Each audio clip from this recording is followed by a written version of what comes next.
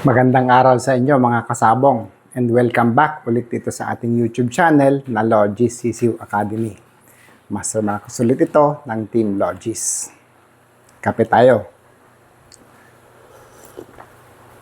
So, stag season na naman ngayon, labanan ng mga stags. Marami sa atin ang talagang tuwan-tuwa na nakikitang nailalaban na yung mga manok nila.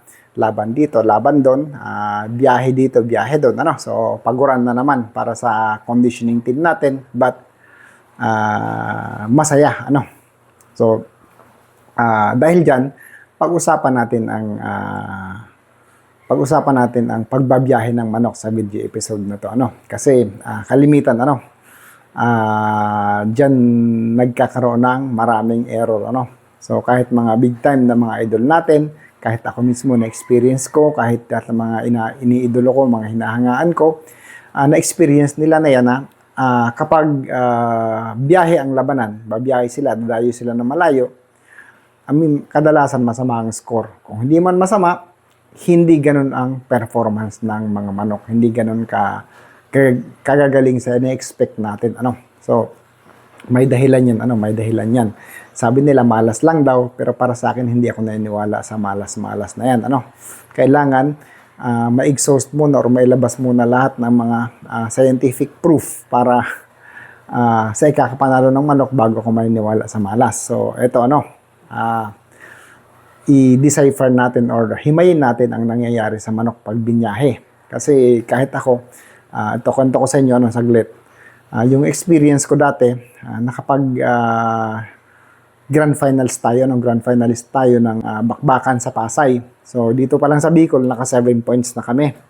So, sa 7 points na yon, 3 ang walang sugat and yung 3 na yon, kasama sa dinala ko sa grand finals. So, mga margin line natin.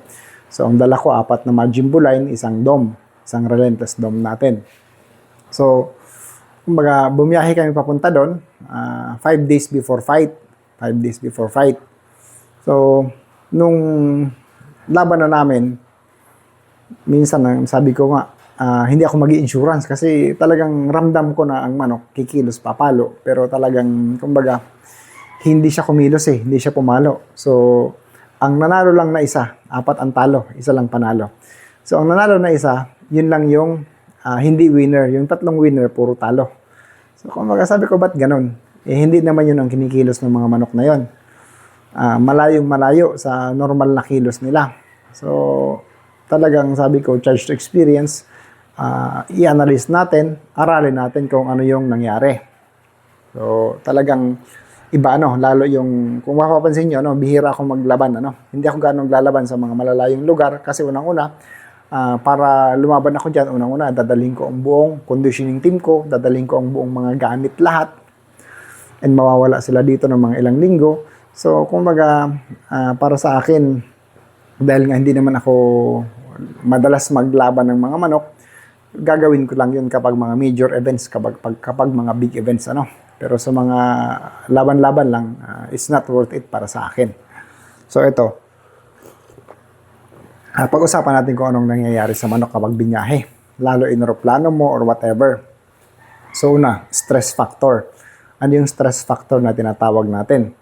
So, pag binyahe mo ang manok sa sasakyan man o sa aeroplano, yung handling, baba, akyat.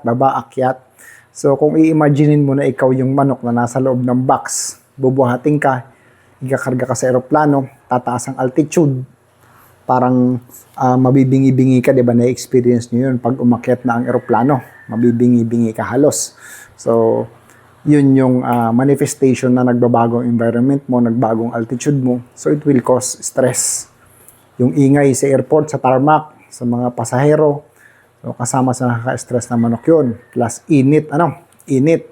Yung minsan, namamatay nga ang mga manok natin sa airport, sa tarmac na mismo kasi napapabayaan or nalalagay sa hindi gaanong malilim. So, namamatay pa nga. Pero ang number 1 na nagiging problema sa manok pag binyahe is moisture. Yung tubig sa katawan ng manok. Yun ang nawawala. So, yung pagkawala ng tubig nila dahil nga sa na-stress sila, nainitan sila, bumiyahe sila ng matagal. Kung sa sasakyan naman, sa van, malamig, syempre ang lamig nakakapag-dehydrate yan eh. Wala silang kumbaga wala silang tubig sa biyahe. Dahil nga naka upo lang sila sa karton, nakaluhod sila sa karton. So, stressful sa kanila yon kasi imagine mo nakaganyan ka lang 12 to 15 hours na biyahe sa kakailalabas para makapagpahinga pag dumating na sa pahingahan nyo. So, talagang ito, nangangawit na to. So, talagang medyo hindi maganda ang pakiramdam ng manok pagdating dyan. Kami naman, may mga nakita kami, may mga na-experience kami, and may mga tips din ang iba na natutunan namin So, sa pagbiyahe ng manok. So, isa-isahin natin. So, sabi ko nga sa inyo, moisture ang unang nawawala. So, ngayon, nakapag-establish kami ng 5 to 7 days na protocol bago ilaban ang manok. So, ibabiyahe namin siya 5 or 7 days bago ang laban. Now, bakit? Unang-una, sabi ko nga sa inyo, pag binyahe mo ang manok, stress na stress siya, nakaganyan lang siya magdamag 15 hours. So, ang gagawin namin, pagdating doon, 1 day recover. Pag habang nagpapahinga, bibigyan ko ng 1/4 na stress tab yung pantao. Ang bilis magpumula ng mukha ng manok, ang bilis sumigla, ang bilis kumintab ng balahibo. So parang vitamins and minerals shock sa katawan niya yun, magre-replenish siya kaagad, parang mabuboost siya kaagad. Magiging booster vitamins ang stress tab. Ngayon, after that, syempre, babalik na sa normal siya. Pero pagbalik ng normal na katawan niya, kulang pa rin siya ng moisture. Kasi sabi ko nga, kinarga mo siya may moisture, nade-drain out ng aircon yun, plus ng biyahe na 15 hours, 12 hours. Sa aeroplano, ganoon din pag tumaas ka ng altitude. So, ang manok, kulang sa moisture. Pansinin nyo, ang timbang dito, yung normal na timbang ng manok nyo, magbabawas ng mga 50 hanggang 100 grams ang timbang niyan. Yan ang moisture na nawala. Kung namamalo sila sa ganong timbang na nawalan pa ng 100 grams pag binyahe, next day laban ulit, mahihirapan kang i-recover. So kami, ang protocol namin, 5 to 7 days. So parang first day, pagdating doon, pahinga muna. Second day, i-moisture load namin. Third day, pahinga ulit, moisture load, palakad-lakad lang para lang makarecover ang mga joints niya, ang mga ligaments niya. Then itatali sa labas para mahamugan, and basta wag lang siya magpapagod na ng gusto. Parang ang protocol namin is make them feel as natural and as happy as they can be. So ganun ang ginawa namin. So ngayon, lately, nung dumadayo kami, umi-score na kami, maganda ng performance. So sabi ko, yung nangyari sa amin sa Pasay, ang ginawa kasi namin, pagbiyahe, bumagsak na nga ang moisture.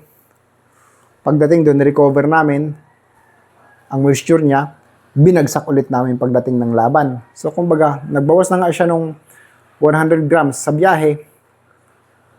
Pagdating doon, ikinarga lang namin 50 grams kasi as if pinopoint na namin. Nung day before fight, day of fight, binagsak na naman namin siya ng another 50 grams. So, mali. So, kumbaga yung pagka-dehydrate niya ng 100 grams, hindi namin binalik yon. Binawasan pa namin. So, ang manok, medyo kulang na sa moisture, ng katawan, maluwag, pero hindi bilog. Kasi, ewan ko kung sa mga nagpo-pointing dito ng manok, ang manok namin na talagang pointed is matipuno ang katawan na maluwag. Matipuno na maluwag. Sa stag, matipuno na maluwag. Saka kasi medyo slim na maluwag dapat, hindi matipuno. Sa stag, kailangang matipuno na maluwag. So, pag hinipo mo yung balat niya rito, yung balat, saka yung laman, sa pagitan niya, parang may fats or may taba-taba na pag hinimas mo siya, hinipo mo ng ganyan, lumuluwag siya. So, para sa akin yun ang pointed na manok. So, pag naramdaman yung matigas, hindi nyo maramdaman yung dulas sa pagitan ng balat sa laman, yung madulas na madulas talaga, medyo short-cutting yan dahil na-dry out. So, yun ang na-find out ko na kailangang gawin. So, kung anong nawalang moisture niya, i-monitor mo ang timbang, ibabalik namin ang moisture, and then, day before fight, kung ano yung timbang na umalis rito, na namamalo siya, kung ano yung fighting weight na nakita namin dito sa pinanggalingan, dapat pumunta na doon or -5, -10 plus 5, plus 10 lang, ganun. So, doon ang basis namin ng pagbabawas. Kasi kung, halimbawa, umalis siya dito 2 kilogram, naging 1.9 na lang pagdating doon, tapos pag ilalaban na, isusubmit mo 1.850. Kasi nga, bumagsak pa siya. So, wala nang ipapalo yan. So, ganun ang nangyari sa amin. So, and alam ko naman, sa maraming dumadayo dito na masamang score, ganun din ang nangyayari, So, I suggest magbigay ng medyo mahaba-habang allowance sa pagbiyahe. So, yung sinasabi nilang naninibago ang manok, tingin ko hindi naman gaanong factor yun. Naninibago lang sila kasi hindi nakakabalik yung moisture na nawala sa katawan nila. And isa pa. Sa seleksyon namin, syempre, iba-iba ng katawan ng manok. So, yung mga matipuno na manok na magaling, kung para sila magaling, may matipuno, may isa na hindi gaanong matipuno. Ang mga hindi gaanong matipuno, tinatabi na namin yon. Pang-elimination lang yon dito sa amin sa local. Ang mga matipuno, yun ang pambiyahe namin. Kasi pag binyahe mo siya, bumagsak man siya, konti lang at mabilis siya mag-recover dahil may katawan siya na kayang i-absorb yung stress, kayang i-absorb yung moisture loss. Pero yung mga manok na medyo manipis ang katawan, pag binyahe mo, mas mahihirapan kang i-recover yung moisture loss niya. Mas mahihirapan kang pabultuhin uli ang katawan niya, pabalikin ang katawan niya sa gusto mong estado. So, yun ang ginawa namin. So, nung ginawa namin ang ganung sistema, medyo consistent na ang scoring namin every time na dumadayo kami. So, I hope kayo din, sana may natutunan kayo dito sa video episode natin. Hanggang sa muli, magkita-kita tayo. Mas mga konsulit ito ng Team Logis.